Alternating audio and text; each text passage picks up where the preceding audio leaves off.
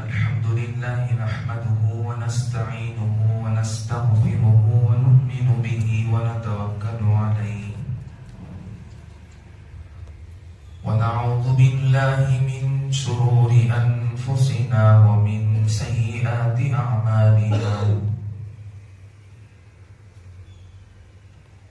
من يهده الله فلا مضل له ومن يضلله فلا هادي له ونشهد أن لا إله إلا الله وحده لا شريك له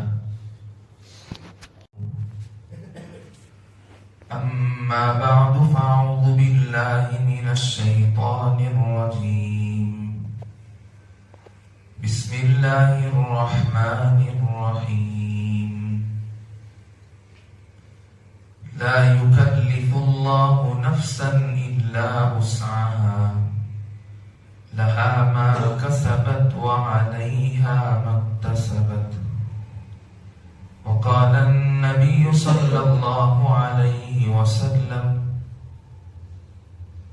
الدنيا سجن المؤمن وجنة الكافر أو كما قال عليه الصلاة والسلام رب اشرح لي صدري ويسر لي أمري واحلل عقدة من لساني يفقهوا قولي رب اشرح لي صدري ويسر لي أمري واحلل عقدة من لساني يفقهوا قولي صدق الله العظيم وصدق رسوله النبي الأمي الكريم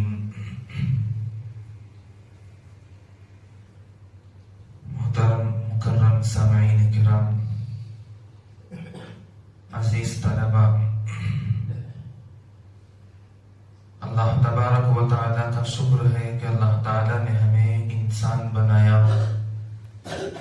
مسلمان بنایا اور آقا مدنی صلی اللہ علیہ وسلم کی امت میں سے پیدا کیا، اور ہمیں وہ شرف اللہ تبارک و تعالیٰ نے نصیب کیا کہ ہم آخری نبی کی امت ہیں۔ میں نے آپ حضرات کے سامنے جو کلام پاک کی ایک آیت مبارکہ تلاوت فرمائی ہے، لا یکلف اللہ نفسا الا وسعها، تو اس کے ماتحت کچھ مختصر روشنی میں ڈالنے کی کوشش کروں گا۔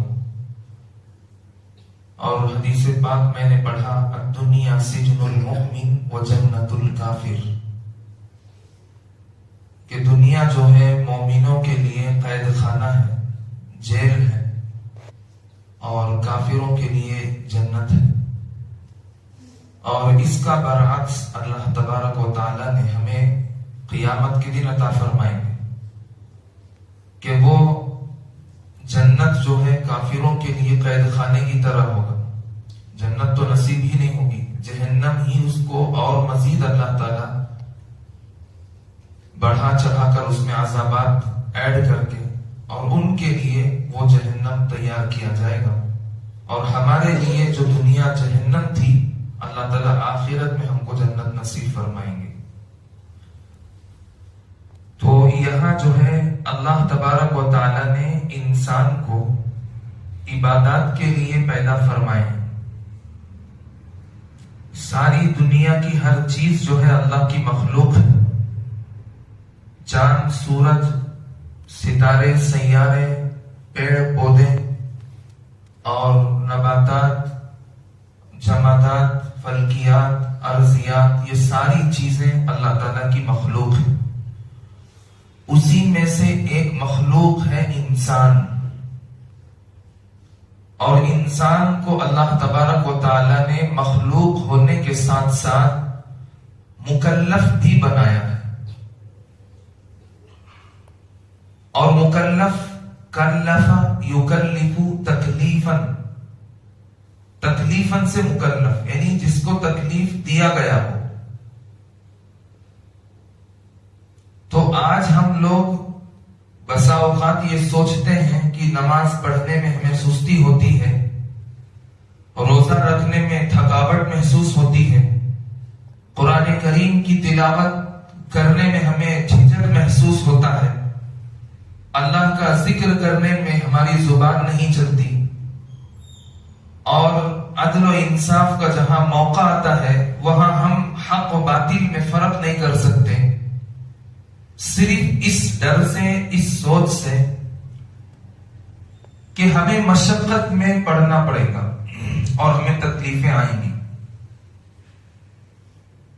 بھائیوں، اللہ تبارک و تعالیٰ نے انسان کو مکلف بنانے کے بعد جو ذمہ داریاں ہمیں عطا فرمائی ہیں، ان میں سب سے اہم ترین اللہ تعالیٰ ہمارے اوپر عبادتوں میں سے ایک عبادت نماز پڑھنے کا حکم دیا ہے۔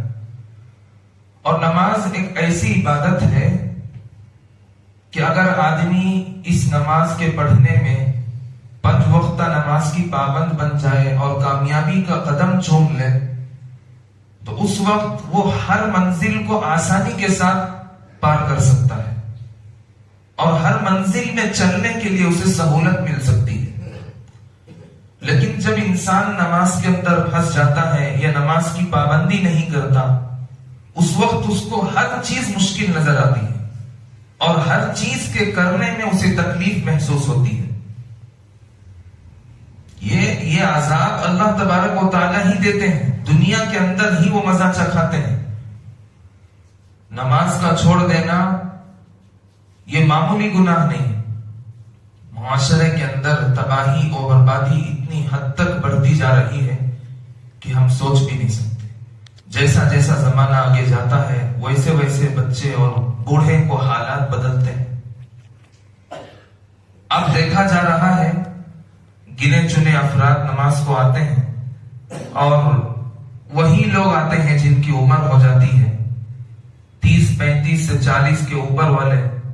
اللہ تبارک و تعالیٰ فرماتے ہیں جب میدان محشر میں لوگ جمع ہوں گے، اس وقت ایک بوڑھا آئے گا اور وہ اپنی نماز کا اظہار کرے گا، اور ایک جوان آئے گا وہ اپنی نماز کا اظہار کرے گا۔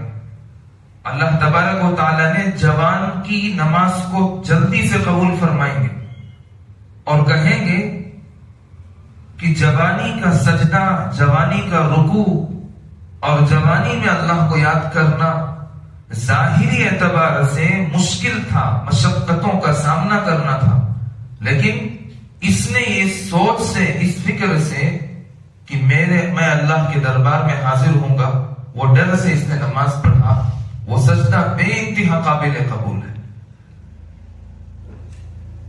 اور بڑھاپے کے عالم میں جنہوں نے سجدہ کیا، اللہ تعالیٰ ان کو بھی دگنا اجر عطا فرمائیں گے۔ اللہ بڑا رحیم ہے۔ سب سے پہلی چیز یہ ہے اس آیت کے تحت جو میں ابھی تلاوت فرمائی، اللہ سے محبت ہونا چاہیے۔ نمبر 2، اللہ پر بھروسہ ہونا چاہیے۔ یہ 2 چیزیں اگر بندوں کے اندر نہیں ہیں تو ان کی عبادت بھی بیکار ہے، ان کی ریاضت بیکار، ان کی عبادت کوئی کام کی نہیں ہے۔ سب سے پہلے چیز اللہ سے محبت ہونا چاہیے، دوسرا اللہ پر یقین ہونا چاہیے۔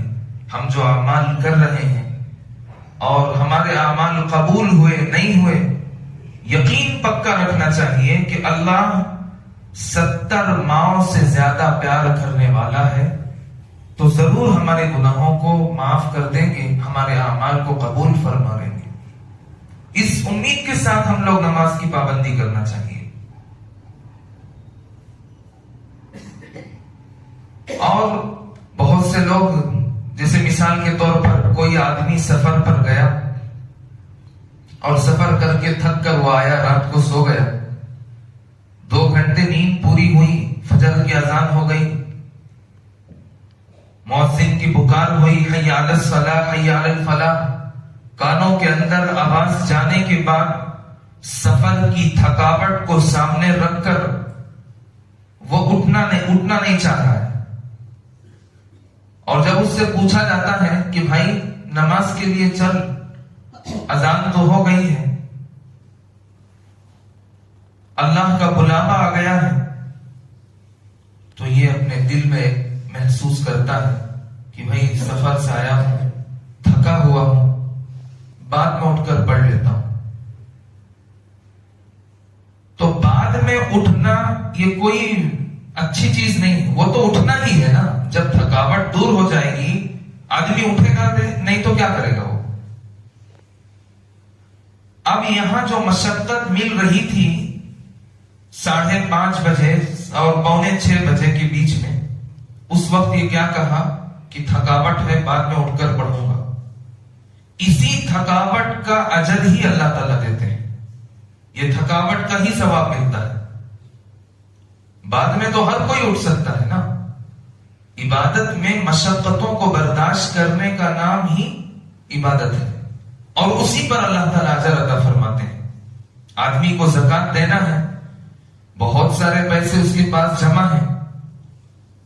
اب جو ہے پیسہ جب اکٹھا ہو گیا، آنکھوں کے سامنے پیسہ نظر آ رہا ہے، زکات کا موقع آ گیا، وقت ہو گیا، اس پر سال گزر گئی، حولان حول ہو گیا. اب اس سے کہا جاتا ہے کہ بھائی تجھ پر زکات فرض ہے، تو زکات ادا کر. اب اسے تکلیف محسوس ہوگی، اسے مشقت ہوگی کہ اتنے پیسے میں کمایا تھا، اس میں سے ایک حصہ یہاں بھی دینا پڑ رہا ہے. اس مشقت کو ہی اللہ تبارک و تعالیٰ کے یہاں عبادت سمجھی جاتی ہے، اور اسی پر اجر ملتا ہے. اور اسی آیت کے اندر اللہ تعالیٰ فرماتے ہیں جیسا لا یکلف اللہ نفسا الا وسعها. اللہ تبارک و تعالی انسان کے نفس سے، یعنی اس کے کنٹرول سے باہر اللہ تعالیٰ اسے مشقت نہیں دیتے. دوسری جگہ اللہ تعالیٰ ارشاد فرمائے ہیں، کلام پاک کھول کر دیکھیے، وَخُلِقَ الْإِنسَانُ ضَعِيفًا. تو اب ایک ماں اپنے بچے کے اوپر یہ نہیں سوچتی ہے کہ میرا بچہ مشقتوں کا سامنا کرے. ہر باپ اپنی اولاد کے لیے سہولت ہی سوچتے ہیں. ہر باپ اپنے بچے کو یہ چاہتے ہیں کہ یہ مشقتوں کا سامنا نہ کرے. ہر ماں کے دل میں یہ تڑپ ہوتی ہے کہ میرے بچے کو کوئی تکلیف نہ پہنچے، اور وہ اس کے مناسبت سے جو اس کو نصیحت صحیح لگتی ہے وہ کرتے رہتے ہیں ماں باپ، کہ بیٹا یہاں نہ جاؤ، یہ تمہارے لیے ٹھیک نہیں ہے، یہاں چلے جاؤ یہ ٹھیک ہے، یہ نہ کھاؤ یہ تمہارے لیے زہریلا ہے، یہ کھاؤ تمہارے لیے فائدہ مند ہے، یہ نہ پہنو تمہارے لیے مفید نہیں ہے، یہ پہنو تمہارے لیے فائدہ مند ہے. تو یہ ماں باپ جو ہے اس کو کیا کرتے ہیں، بار بار بتاتے رہتے ہیں. تو جب ماں باپ کے دل میں اتنی تڑپ ہے، اتنی محبت ہے، تو وہ تو 70 ماؤں سے زیادہ پیار کرنے والا کریم آقا ہے. وہ تو بدرجہ اولا بطریق اولا. اللہ تعالیٰ ہمارے بارے میں تو یہ ضرور سوچتے ہوں گے کہ میرا بندہ مشقتوں کا سامنا نہ کرے، میرا بندہ جہنم میں نہ جلے، میرے بندے کے حق میں یہ فیصلہ نہ ہو جائے کہ وہ جنت میں نہ جا سکے. لیکن اللہ تبارک و تعالیٰ دنیا کے اندر جب بھیج دیے ہیں، فرشتوں نے کہا تھا اس وقت اللہ سے کہ اے اللہ، ہم ہیں نا تیری عبادت کے لیے، انسان کو کیوں بنا رہے ہیں؟ آپ نے رکوع میں لگایا، ہم نے اس کے اندر ایک ذرہ برابر بھی کوتاہی نہیں کی. ہم رکوع میں پڑے ہیں، سجدے والے فرشتے کہیں گے ہم سجدے میں پڑے ہیں، دعا والے فرشتے کہیں گے ہم دعا میں پڑے ہیں. اللہ کمی تو کچھ ہم نہیں کر رہے ہیں، کیوں پیدا کر رہے ہیں ایسی مخلوق جو دنیا کے اندر فسادی مچائے گی، جو دنیا کے اندر خون خرابہ بھی کرے گی، جو دنیا کے اندر تیری نافرمانی بھی کرے گی، جو دنیا کے اندر تیرے احکامات کو پامال کرے گی. اللہ کا جواب آتا ہے انی اعلم ما لا تعلمون. فرشتوں چپ ہو جاؤ، میں وہ جانتا ہوں جو تم نہیں جانتے. حضرت انسان کو پیدا کرنے کا مقصد ہی اللہ تعالیٰ یہ دیکھنا چاہتے ہیں، یہ آزمائش کرنا چاہتے ہیں کہ یہ جو مخلوق ہے یہ اللہ کی عبادت کرنے میں کیسے ہے. فرشتے تو نور سے بنائے گئے ہیں، وہ اللہ کے احکامات میں ذرہ برابر بھی کمی نہیں کرتے، ٹھیک طور پر اللہ کے احکامات کو انجام دیتے ہیں. تو اللہ تبارک و تعالیٰ نے انسان کو پیدا کیا اور اسے ایسی سمجھ دی کہ وہ حق کے اوپر بھی چل سکتا ہے، باطل کے اوپر بھی چل سکتا ہے، سیدھا راستہ بھی اختیار کر سکتا ہے، برا راستہ بھی اختیار، دونوں اختیار اللہ تعالیٰ اس کو عطا فرماتے ہیں۔ تو اللہ کو یہی دیکھنا، انسانوں کے اندر بھی دیکھیے، چاہے وہ جلسے ہوں، چاہے وہ جلوس ہو، چاہے وہ اسکول کا کوئی فنکشن ہو، چاہے شادی بیاہ کا سسٹم ہو، کچھ بھی ہو جائے، چاہے لین دین کا مسئلہ ہو، آپ دیکھے ہوں گے کہ انسان میں کمپٹیشن چلتا ہے، ایک دوسرے کو دیکھتے ہیں کہ یہ ایسا کر رہا ہے تو میں اس سے بہتر کروں گا، اور بعض لوگ کرنا چاہتے ہیں لیکن ان کے پاس اوقات نہیں ہوتی۔ جب انسانوں کے اندر کمپٹیشن چلتا ہے اور دو طریقے یوز کرتے ہیں، اللہ تبارک و تعالیٰ نے انسان کو مکلف بنا کر انہیں دونوں طریقے، دونوں راستے دے دیے۔ یہاں اصل پہچان ہوگی کہ اب تمام 1.25 لاکھ جو مخلوقات، اللہ کے 18,000 مخلوقات ہیں، ان مخلوقات کے اندر یہ ایک واحد ایسی مخلوق ہے جنہیں اللہ تبارک و تعالیٰ نے مکلف بنایا ہے، احکامات کا پابند بنایا ہے، اور دونوں راستے اللہ تعالیٰ دکھائے ہیں۔ یہ آزمائش ہے، یہ امتحان کی جگہ ہے۔ بھائیوں، بگڑتی ہوئی حالات کو دیکھ کر بگڑ جانا کمال نہیں ہے، بگڑتی ہوئی حالات میں دیکھ کر اللہ کے احکامات میں چلنا یہ اصل مقصد ہے۔ آج دنیا کے اندر انسان مقصود دنیا کو بنا لیا ہے، اس لیے وہ جو ہے ہمیشہ ناکام رہتا ہے، ہمیشہ پریشان رہتا ہے۔ ہمیں مقصود اللہ کو بنانا چاہیے، ہمارا منزل، آخری منزل ہمارا اللہ کی ملاقات ہے، ہماری منزل آخری جنت ہے۔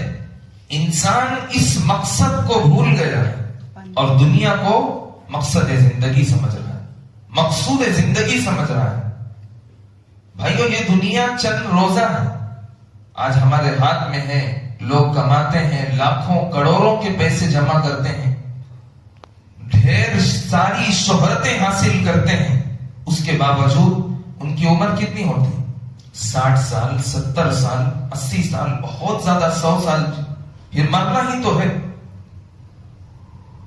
اللہ تبارک و تعالیٰ فرماتے ہیں کہ میں نے انسان کو، جنات کو پیدا کیا عبادت کی خاطر۔ اللہ تعالیٰ عبادت کی خاطر بنائے ہیں۔ اچھا، جب عبادت کی خاطر بنائے ہیں تو پھر ہم کمانا بھی چھوڑ دیں، جینا بھی چھوڑ دیں، اگر یہ بات ہے تو۔ لیکن اللہ تعالیٰ وہاں پھر فرمائے ہیں، اور حدیث پاک میں ہے، دنیا دار الاسباب، دنیا سبب کی جگہ۔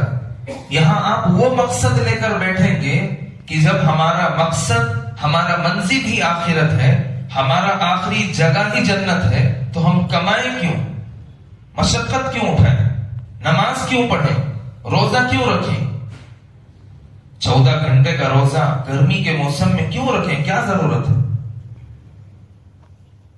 یہی اصل سمجھنے کی بات ہے۔ وہ جو لا یکلف اللہ نفسا الا وسعها، اللہ تعالیٰ انسان کو اس کے نفس سے زیادہ پریشانی اور مشقت میں نہیں ڈالتے۔ انسان اس کو مصیبت سمجھ لیتا ہے، اس کو پریشانی سمجھ لیتا ہے۔ آزمائش کر کے دیکھو، کوئی کام ایسا ہو جو تم نہیں کر سکتے ہو، یہاں وہ کام کرنے میں پریشانی آتی ہو، اس وقت تم ایک اندازہ لگا لو، ایک سوچ رکھ لو کہ بھائی مجھے ایک کام کرنا ہے، اور اس کام کے کرنے کی جو تھکاوٹ ہے اسے ذہن میں نہ رکھو، بس کرتے جاؤ، دیکھو تھکاوٹ محسوس نہیں ہوگی۔ روزہ رکھنا ہے، 14 گھنٹے 12 گھنٹے کے روزے گرمیوں کے موسم میں، لوگ کہیں گے بھائی مشقت بہت ہو رہی ہے، تکلیف بہت ہو رہی ہے، گرمی کی شدت بڑھتی جا رہی ہے، کیسے روزہ رکھیں؟ چلو ہم روزہ قضا کر لیتے ہیں، ٹھنڈیوں کے موسم میں اس کو رکھ لیں گے۔ نہیں، اجر اسی کا ہے، اس درد کا نام اجر ہے، اس درد کا نام ثواب ہے، اسی کا امتحان ہے۔ جو وقت اللہ تبارک تبارک و تعالی سے متعین کیا جاتا ہے اسی چیز کو اسی وقت پر اجر ملتا ہے. ان الصلاۃ کانت علی المؤمنین کتابا موقوتا. اللہ تبارک و تعالی نے مومنوں پر وقت مقررہ پر نماز فرض کیا ہے. آدمی اگر چاہے کہ بعد میں پڑھ لو تو پڑھ سکتے ہیں، لیکن اجر تو اس کا ملتا ہے جو وقت پر پڑھا جائے. اور اس وقت کی نماز پڑھنے میں جو مشقت جو تکلیف ہوتی ہے اسی تکلیف کو ثواب کہتے ہیں.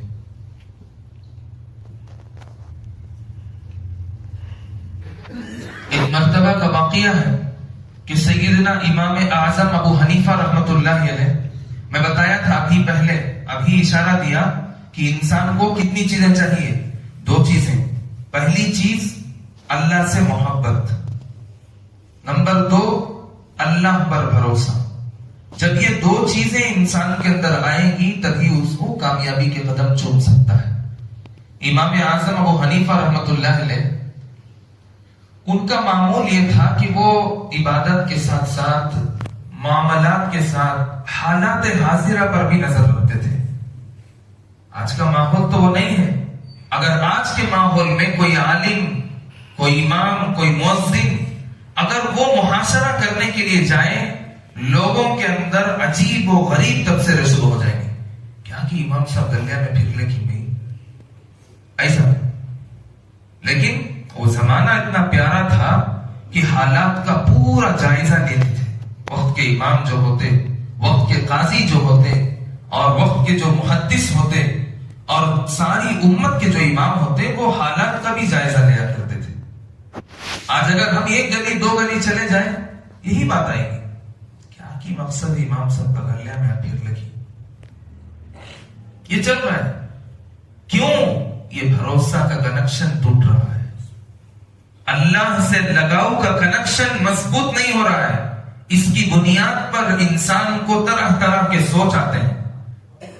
امام اعظم ابو حنیفہ رحمۃ اللہ علیہ کھانا جو ہے تناول فرمایا، اس کے بعد چہل قدمی کے لیے وہ چلے، اور چلتے چلتے جو ہے حالات کا بھی خیال رکھتے تھے. کون بیوہ، مسکین، غریب ہے، یتیم ہے، بے سہارا ہے، بے گھر ہے، اس کو جو ہے اپنے طرف سے جتنا ہو سکے وہ دیا کرتے تھے. تو چلتے چلتے ایک زمانہ ایسے وقت کے پاس گزرے کہ ایک جنگل تھا اور وہاں ایک جھوپڑی تھی. جھوپڑی کے باہر جو ہے صحن تھا، صحن میں چکی رکھی ہوئی ایک بڑھیا جو ہے چکی پیس رہی تھی، چکی چلا رہی تھی. امام اعظم ابو حنیفہ رحمۃ اللہ نے سوچا کہ حالات کا تو بہت جائزہ لیا ہوں، چلو آج اس بڑھیا کے پاس جا کر اس کا جائزہ لیں گے کہ یہ کیا کر رہی ہے. نظر تو آ رہا ہے کہ چکی چلا رہی ہے، مسالہ پیس رہی ہے، لیکن دیکھو امام اعظم کو یوں ہی امام اعظم نہیں کہا گیا. ان کی سوچ کے اندر بڑا پاور تھا. وہ جس انداز میں سوچ کر چلے جاتے کہ بھائی اس سے کچھ پوچھنا ہے تو یقیناً کچھ نہ کچھ اس سے نکل جاتا. تو حضرت جو بڑھیا کے پاس قریب گئے، کہنے لگے اماں کیا صرف چکی ہی چلاتی رہو گی یا کبھی اللہ کو بھی پہچانا ہے؟ تو وہ بڑھیا بھی آج کے دور کی بڑھیا نہیں تھی انٹرنیٹ والی، وہ بڑھیا بھی اللہ والی تھی. اور اس زمانے میں یہ انٹرنیٹ اور یہ ٹی وی اور یہ نیٹ ورک کے کنیکشنز اتنے نہیں تھے. اس پیچھے کے دور میں کنیکشن صرف اللہ سے تھا. آج کے دور میں کنیکشن بہت سارے رہ کر پھر اللہ سے جڑتے ہیں. وہ زمانے میں صرف کنیکشن ایک ہی تھا. ان کا مقصود اللہ، ان کا رہائش جنت کی سوچ، آخرت کی یاد، اللہ کی یاد میں تڑپنا، اللہ کی یاد میں رونا، بس یہی سب کچھ چلتا تھا. وہ بڑھیا کہنے لگی کس کو؟ امام اعظم جیسی شخصیت کو. وہ بڑھیا کہتی ہے کہ حضرت آپ نے اللہ کو پہچانا ہے کتابوں سے، آپ نے اللہ کو پہچانا ہے کاغذات میں لکھے ہوئے حرفوں سے، قرآن کے ذریعے سے، حدیث کے ذریعے سے تم نے اللہ کو پہچانا. مجھ سے پوچھو کہ میں نے اللہ کو پہچانا اس چرخے سے. مجھے چرخے نے بتایا ہے کہ اللہ ہے اور ہے بھی اکیلا. حضرت بہت پریشان ہوئے، بھائی یہ کون سی بات ہے؟ بھائی یہ تو نیا ٹیکنالوجی آج کے دور کے حساب سے. حضرت پوچھے اماں بتاؤ کیسا ہے؟ تو اماں کہتی ہے کہ اگر میں اس چکی کو نہ چلاؤں تو وہ چلتی نہیں، اور میرے موافق اگر چلاؤں، تیز چلا دوں تو چکی کا دھاگا ٹوٹ جاتا ہے۔ تو جب میرے چلانے سے یہ چکی چلتی ہے تو مجھے اس چکی سے پتا چلا کہ اتنے بڑے کائنات کو چلانے والا بھی ایک اللہ ہوگا۔ میں چکی کو نہ چلاؤں، چکی رک جائے، اگر نظام چلانے والا نہ ہو دنیا تباہ و برباد ہو سکتی ہے۔ یہ کہہ کر بڑھیا خاموش ہو گئی۔ پھر حضرت نے کہا اچھا اماں اس میں ایک بات اور بھی آپ نے کہا کہ اللہ اکیلا بھی ہے، تو وہ کیسے پتا کیا؟ تو بڑھیا کہتی ہے دیکھیے امام صاحب کہ اگر چکی چلانے والی میرے جگہ پر میں ایک کے سوا ایک اور ہوتی، یعنی کہ دو بڑھیا یا دو لوگ ہوتے، تو میں چکی ادھر کو چلاتی، وہ کہتی نہیں چکی ادھر کو چلانا، تو ان دونوں کی لڑائی اور کشمکش میں چکی کا دھاگا ٹوٹ جاتا۔ جب دھاگا ٹوٹتا تو چکی پلٹ جاتی، چکی پلٹنے سے چکی ٹوٹ جاتی۔ تو اگر آسمان و زمین کے چلانے میں دو خدا ہوتے، ایک خدا کہتا کہ بھائی آج سورج کو نکالنا ہے، دوسرا خدا کہتا نہیں آج سورج نہیں نکلے گا۔ ایک کہتا کہ بارش برسانا ہے، دوسرا کہتا کہ نہیں بالکل نہیں، بارش نہیں برسانا، ضرورت نہیں ہے اس کی۔ ایک خدا کہتا کہ بھائی اس عورت کے پیٹ میں لڑکا پیدا کرنا ہے، وہ خدا کہتا کہ نہیں اس عورت کے پیٹ میں لڑکی کی پیدائش کرنا ہے۔ تو ان کی لڑائی میں آسمان و زمین کے نظام برباد ہو جاتے، تباہ ہو جاتے۔ لو کان علی معصیۃ کان شریکا لہ فیہا، آدمی جب گناہ میں رتی برابر بھی شریک ہوتا ہے تو وہ بھی اس گناہ کو کرنے کی طرح ہوتا ہے۔ تو اس لیے انسان کو سب سے پہلے اللہ پر بھروسہ ہونا چاہیے، اللہ پر یقین ہونا چاہیے، تبھی جا کر یہ سب سلسلے شروع ہوتے ہیں۔ وحدت کے بھرے جام پلاتا تو ہے، میرے بگڑے ہوئے کام بناتا تو ہے۔ وحدت کے بھرے جام پلاتا تو ہے، میرے بگڑے ہوئے کام بناتا تو ہے۔ ہر صبح ازل ہے تیری حمد میں مصروف، ایک ذوق نظر عام دکھاتا تو ہے۔ ادنا ہے کوئی اعلیٰ حبشی ہو یا کرشی، ہر ایک کو قربت میں بٹھاتا تو ہے۔ تخیل سے ہے آگے تیری شان غفاری، لا حد کرم مآب سناتا تو ہے۔ اندھیروں میں سویروں کو سلاتا تو ہے، سویروں کو اندھیروں میں جگاتا تو ہے۔ یکتا ہے یگانا ہے، یکتا ہے یگانا ہے، تو احد صمد ہے، مشکل سے ہے مشکل کو بچاتا تو ہے۔ تیرے امر کا اعجاز ہے کونین کی تخلیق، فیکون عمل راز بتاتا تو ہے۔ پڑ جائے کسی وقت مریم پہ جو تہمت، طفلانے سے جھولے کو بلاتا تو ہے۔ اے خدا ہر حمد کا مدعا تو ہی تو ہے، کل شیء قدیر ہر دو سرا تو ہی تو ہے۔ تو ہی ہے جو درے پردہ غیب ہے، سر عیاں سر نہا جلوہ نما، حاجت روا مشکل کشا تو ہی تو ہے۔ اللہ کی وحدانیت انسان کو ہونا چاہیے۔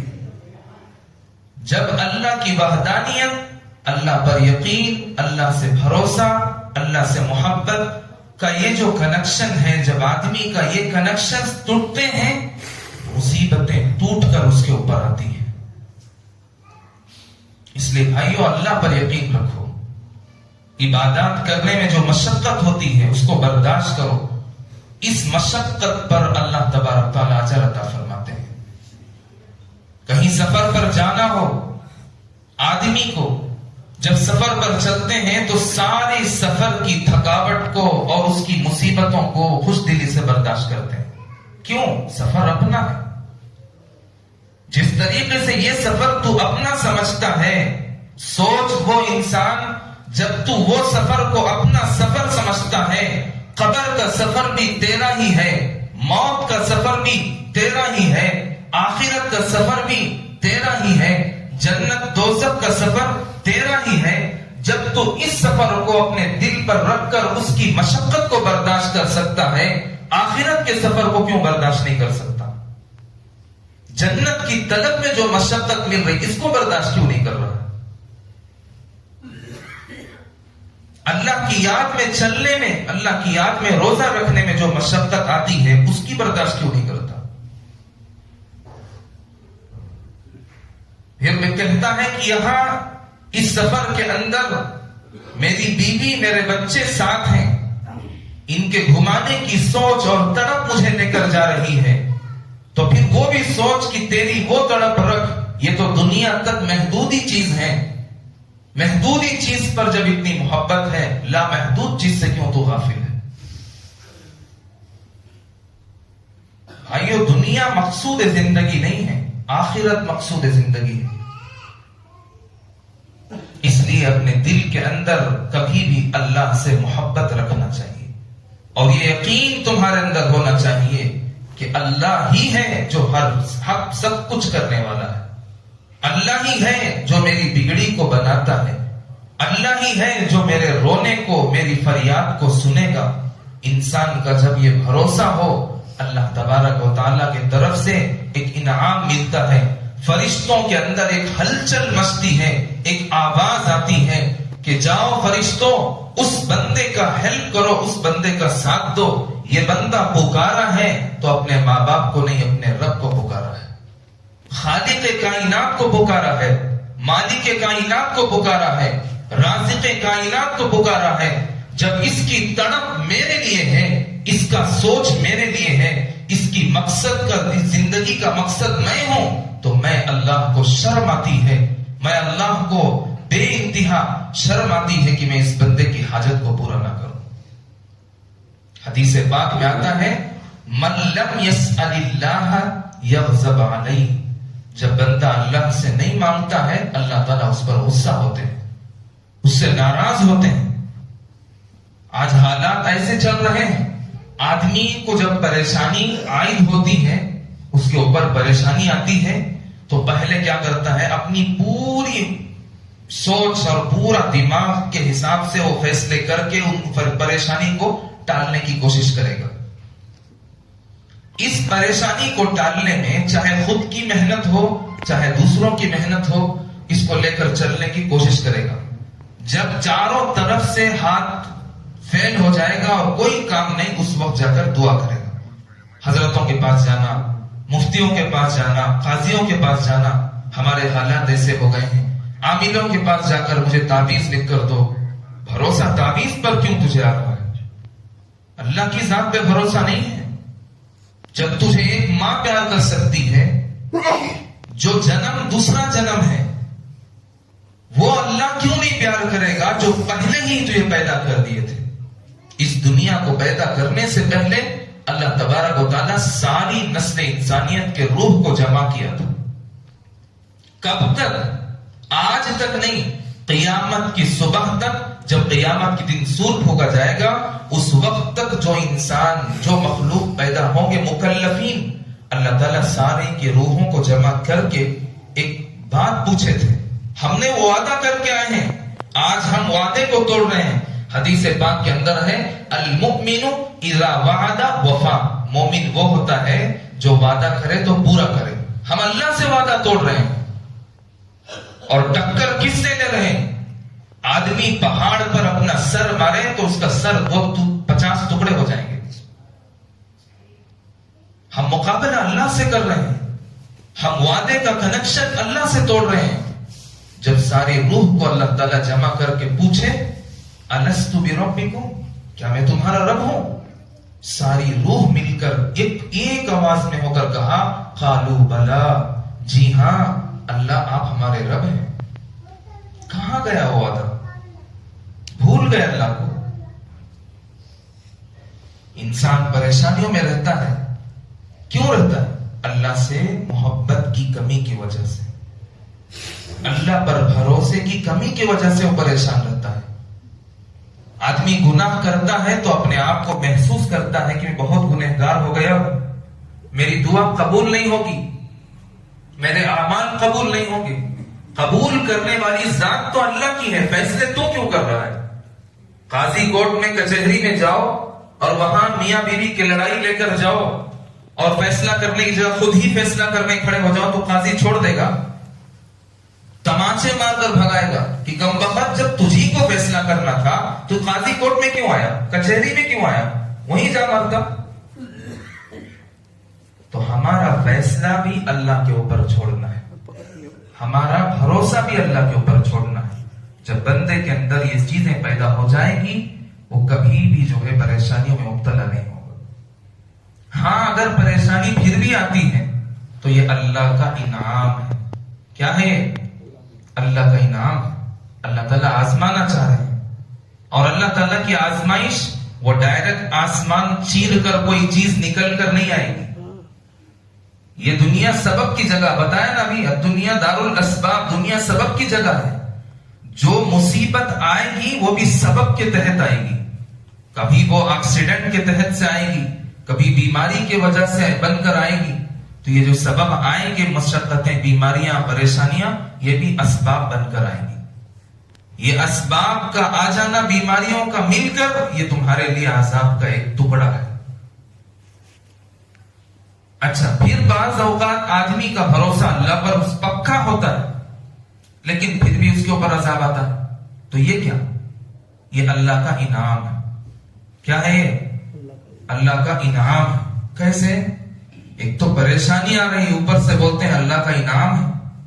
اللہ تعالیٰ ایمان والوں کو لیے ہی پریشانیوں کو لا کر آزماتے ہیں۔ یہ دیکھتے ہیں کہ اب تک تو میرا بن کر چلا، اب کس کا بنے گا؟ اب تک تو نہیں بھٹکا، اب بھٹکے گا یا نہیں، وہ اللہ تعالیٰ دیکھنا چاہتے ہیں۔ جب بندہ پریشان ہو کر، مایوس ہو کر، کیونکہ ہمارا ذہن بڑا کمزور ہے، اور اللہ تعالیٰ انسان کو جو ذہن دیے نا، یہ ذہن کتنا دیے معلوم ہے آپ کو؟ اللہ تبارک و تعالیٰ دنیا کے اندر جب دنیا میں لوگوں کو بھیجے تو ذہن یعنی سمجھ کی 100 حصے بنائے، سمجھ کے 100 حصے بنا کر اس میں پونا حصہ الگ کر دیے، پاؤ حصے کو اٹھا کر 2 ٹکڑے کیے، اس میں سے ایک ٹکڑے کو دیگر انبیاء کو دی، اور ان پاؤ حصوں میں ساری دنیا کو تقسیم کیا۔ تو جب یہ اتنی عقل ہماری اتنا لمبا لمبا سوچ کر زندگی گزار دیتی ہے، تو سوچ کر دیکھیے قیامت کے دن اللہ تبارک و تعالیٰ نے پوری عقل ہمیں عطا فرمائیں گے، کیونکہ یہ اتنا پاور والا نہیں ہے کہ ہم یہیں سے بیٹھ کر اللہ کو دیکھ لیں، یہیں سے بیٹھ کر اللہ کی تجلیات کا سوچ رکھ لیں، یہیں سے بیٹھ کر جنت اور دوزخ کے مزے لے لیں۔ یہ نہیں ہو سکتا۔ لا تدرکہ الابصار وہو یدرک الابصار وہو اللطیف الخبیر۔ اس کی جو آیت ہے، یہ بہت پیارا عنوان ہے، انشاءاللہ صرف اس پر جو ہے کبھی بات کریں گے۔ اور اس سے پہلے میں اشارہ بھی دیا تھا کہ ہر آنکھ اللہ کو دیکھ سکتی ہے، اور بعض جگہ آتا ہے کہ کوئی آنکھ اللہ کو نہیں دیکھ سکتی۔ تو کون سی آنکھ اللہ کو دیکھ سکتی ہے، کون سی نہیں دیکھ سکتی ہے، کب دیکھ سکتے ہیں، کب نہیں دیکھ سکتے ہیں، یہ تفصیلات انشاءاللہ کبھی بیان کریں گے۔ حیات باقی، ملاقات باقی۔ اللہ تبارک و تعالیٰ کہی ہوئی باتوں پر عمل کرنے کی توفیق عطا فرمائے، اللہ پر سچا پکا بھروسہ نصیب فرمائے، اللہ جنت الفردوس میں ہم سب کو جگہ عطا فرمائے۔ آمین۔ وآخر دعوانا ان الحمد للہ۔